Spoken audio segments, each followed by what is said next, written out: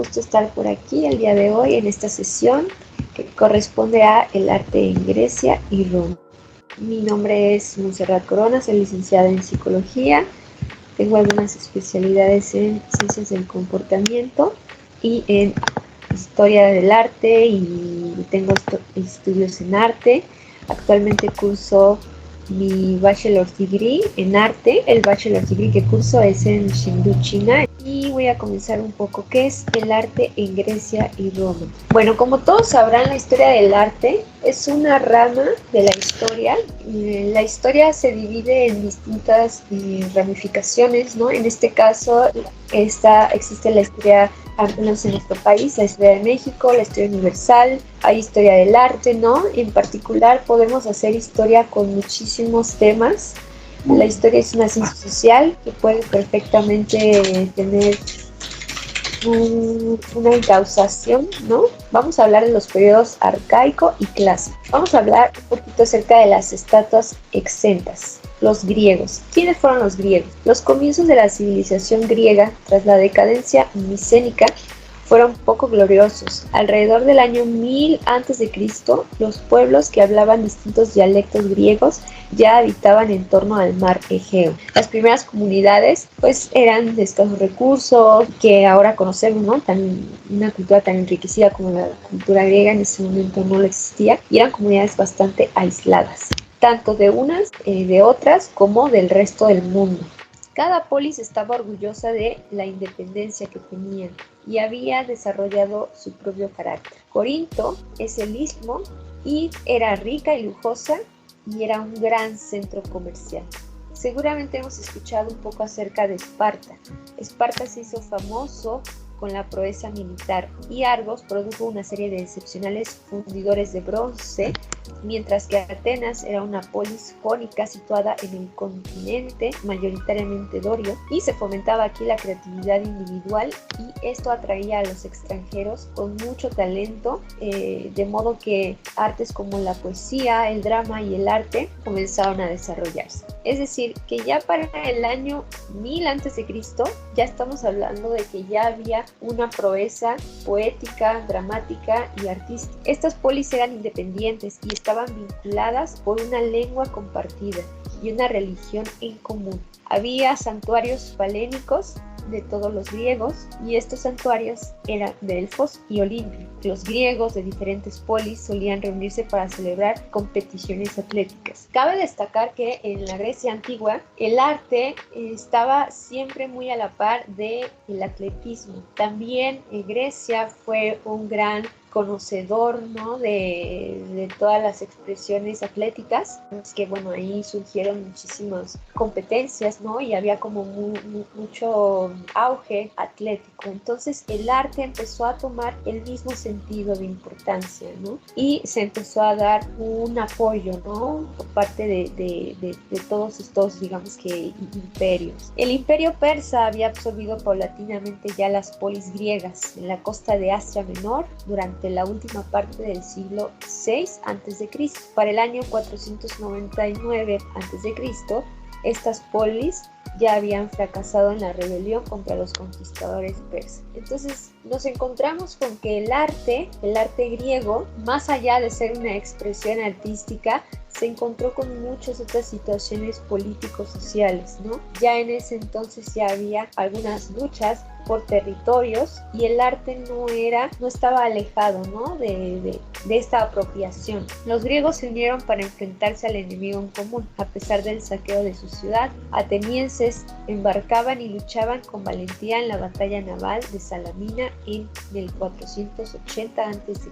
Los espartanos tuvieron un decisivo papel en la batalla final liberada en Platea, en suelo griego, en el año 479 a.C. Como dato, ¿no? Primordial para entender un poquito cuál era el contexto de este arte griego. Arcaico es el nombre dado al periodo que abarca desde mediados del siglo VII a.C. alrededor del año 650 a.C., en que los griegos empezaban ya a desarrollar técnicas e ideas propiciadas gracias al contacto con las civilizaciones más antiguas de Egipto y del Próximo Oriente. Es decir, que la Grecia estaba muy a la par del desarrollo egipcio y oriental. Hasta la época de las guerras persas, comentábamos anteriormente, tuvieron ya lugar en la primera mitad del siglo V, pues que es el año 490-479. Entonces aquí ya se da el nombre clásico, ¿no? Ya se nombra al periodo clásico. Y este periodo es la época que comprende desde las guerras persas hasta el final de la guerra del Peloponeso, 404 a.C. Entonces, obviamente cuando hablamos de arte griego, de arte romano, que ahorita vamos a pasar en un momento a platicar un poquito a grandes rasgos, tenemos que hablar de líneas del tiempo. Es muy importante y esto es algo también que hay que mencionar porque al presentar, ¿no?, pruebas de conocimiento alrededor de la historia del arte, y obviamente si hablamos de esta disciplina social, científica que es la historia, hay que hablar de fechas. Entonces un tip, ¿no?, o una forma de estudiar la historia es hacer líneas del tiempo. Es uno de los métodos que más se utilizan en la historia y con las líneas del tiempo pues nos ayuda a situarnos, ¿no?, en qué año está sucediendo este desarrollo artístico y qué está pasando a la par. Entonces, el término clásico se utiliza comúnmente en dos sentidos. Con frecuencia indica simplemente la excelencia, de modo que se dice que es un clásico, un ejemplo destacado de un tipo, o el término se usa en sentido histórico. Es decir, nosotros nos referimos al periodo clásico como un periodo histórico, de modo que las civilizaciones griegas y romanas se conocen colectivamente como la antigüedad clásica, para distinguirlas de la antigüedad más remota de las civilizaciones de Egipto y del Próximo Oriente. Entonces, lo que platicábamos hace un momento.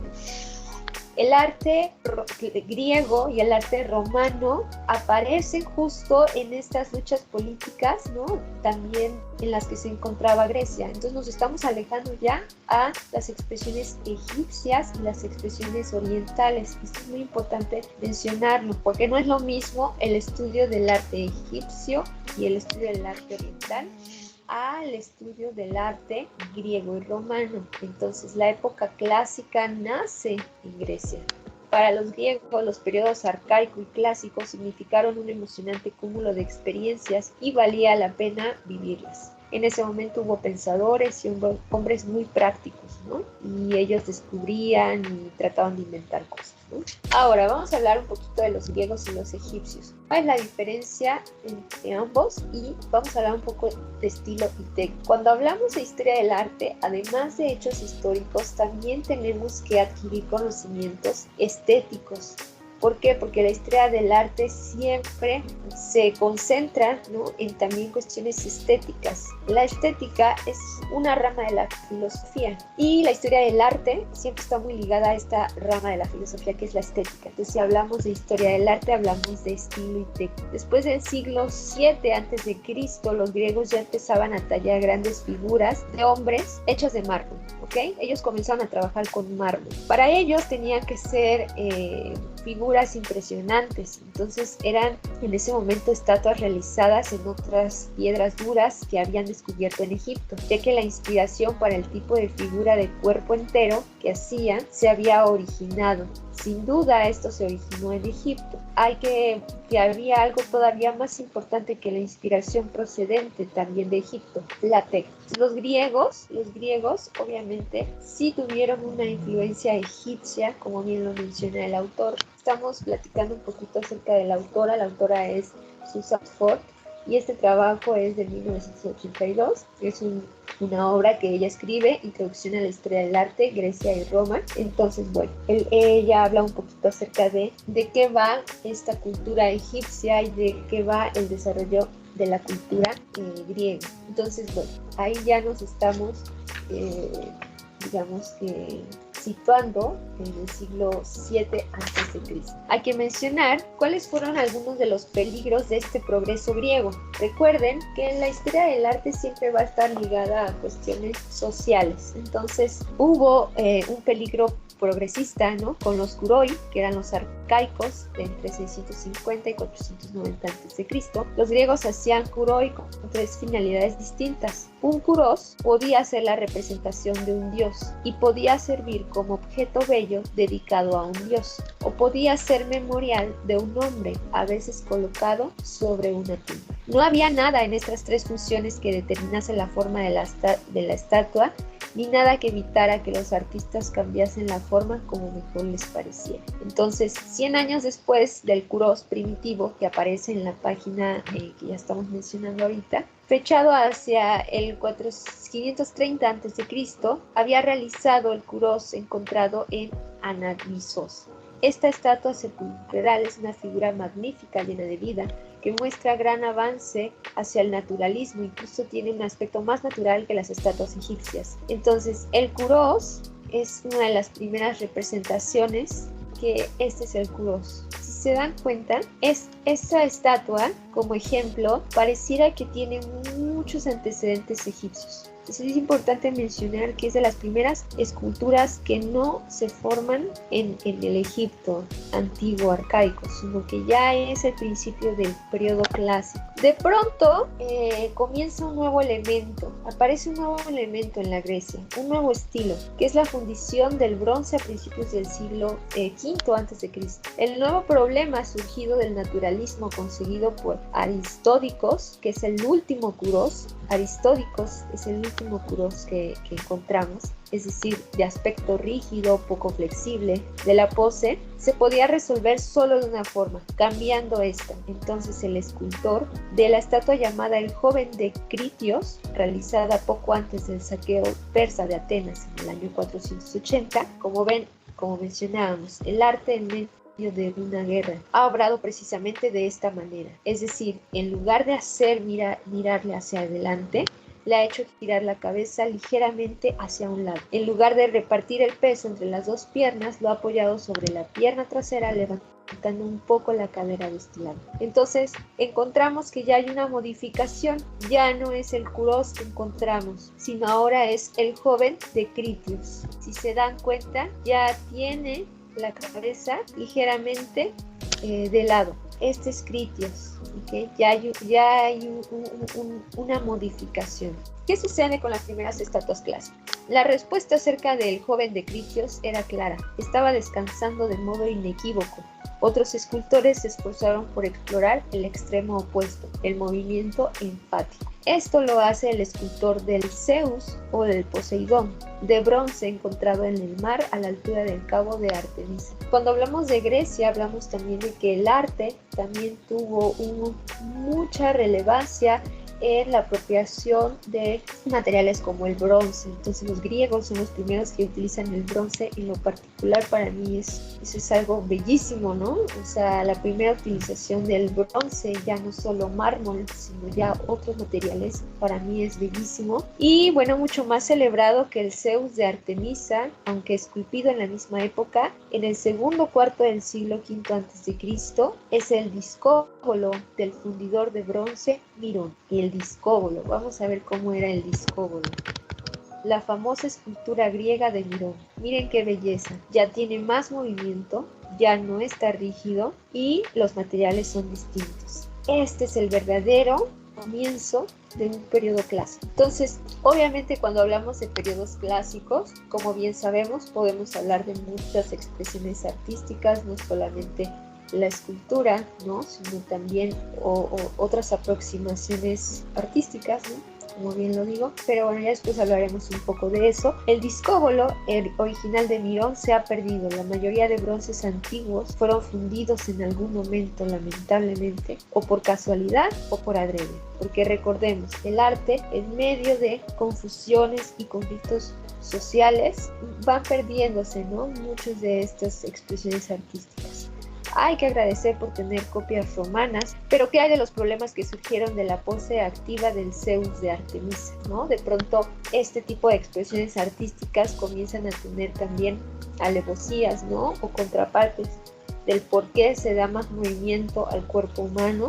La solución clásica, el doríforo de Policleto. La solución clásica fue formulada por el fundidor Argivo Policleto, este llevó a cabo una estatua de un hombre que portaba una lanza y escribió un libro, hoy ya perdido, explicando los principios en que se basaba. Los griegos eran tan disciplinados que escribían cada uno de los detalles que existía de una expresión artística, o en este caso una escultura. Los artistas habían experimentado ya un gran progreso antes del último cuarto del siglo VI a.C., es decir, alrededor del 525. El artífice de la llamada Venus Genetrix, conocida solamente mediante las copias romanas de finales del siglo V a.C., hizo que la delgada ropa se amoldase tanto al cuerpo de la diosa que éste se revela casi como si se tratara de la representación de un desnudo. De hecho, un pecho se haya descubierto. Vamos a ver cómo era la Venus Genetrix, que ya es uno de los principales modelos para la escultura romana. Es decir, que los romanos comienzan a basarse en los griegos. Y bueno, este es un ejemplo de cómo era una Venus Genetrix. Entonces comienza ya a haber obviamente una trascendencia entre el periodo arcaico y el clásico, ¿no? Ya nos encontramos en otros momentos, ¿no?, históricos. Y después vienen los templos griegos y la decoración que tenían, ¿no? Existen 4 plantas populares, ¿no? ¿Y en qué se basa esto? Bueno, pues ellos tenían 2 elevaciones básicas, los órdenes dórico y jónico. Cuando hablamos de cultura griega, hablamos de que había toda una tradición en conceptos, y en este caso los conceptos dórico y jónico incluso los podemos encontrar en la música, ¿no? Y cuando hablamos de cuestiones de modulación, ¿no?, de tonalidad, encontramos estos conceptos, y no fue la excepción en la arquitectura. Los templos griegos se construían bajo el elemental principio de la columna y el dintel. Postes verticales, es decir, columnas o muros, sostenían dinteles horizontales, entablamentos o techos. Los primeros templos eran de madera y ladrillos de barro sobre cimientos de piedra. Ya para el siglo VII a.C., la piedra, que era el material más caro y el más duradero, empezó a convertirse en el material predilecto para tales edificios. El mármol no se hizo esperar y también se utilizó, ¿no? Entonces, los bloques continuos se mantenían en su lugar debido sobre todo a la gravedad, pero también se utilizaban abrazaderas de hierro revestidas de plomo para sujetarlos. ¿Qué es el orden dórico? Bueno, para los griegos el orden dórico era fuerte, simple y enorme. Los fustes de columnas eran robustos, con una altura de solo 4 a 6 veces el diámetro inferior, y descansaban directamente sobre el estilobato. Y el orden jónico era el más delicado y ornamental. Los fustes de las columnas eran delgados, con una altura de 8 a 10 veces el diámetro inferior. Se apoyaban sobre bases formadas por lo menos de 2 partes convexas y una cóncava. Vamos a ver un ejemplo de cómo era un templo dórico. Este es un orden dórico. Un orden jónico es este. Hay bastante diferencia, ¿no? Pareciera más estrecho que el modo dórico. Los templos que todavía, ¿no?, los vestigios, ¿no? En los templos griegos había 3 zonas que invitaban a la decoración esculpida o pintada. Los frontones triangulares en los templos de los 2 órdenes, aunque los del orden jónico rara vez se rellenaban. Ninguno de estos hubiesen presentado problemas alguno si los griegos se hubieran dado por satisfechos con la realización de dibujos florales o abstractos, como más tarde hicieron los romanos y también los decoradores neoclásicos del siglo XVIII. Pero los griegos no se contentaban con algo tan simple. En lugar de eso querían esculpir personas o incluso monstruos para que, si fuera posible, representasen una historia. Esa es la belleza del arte griego.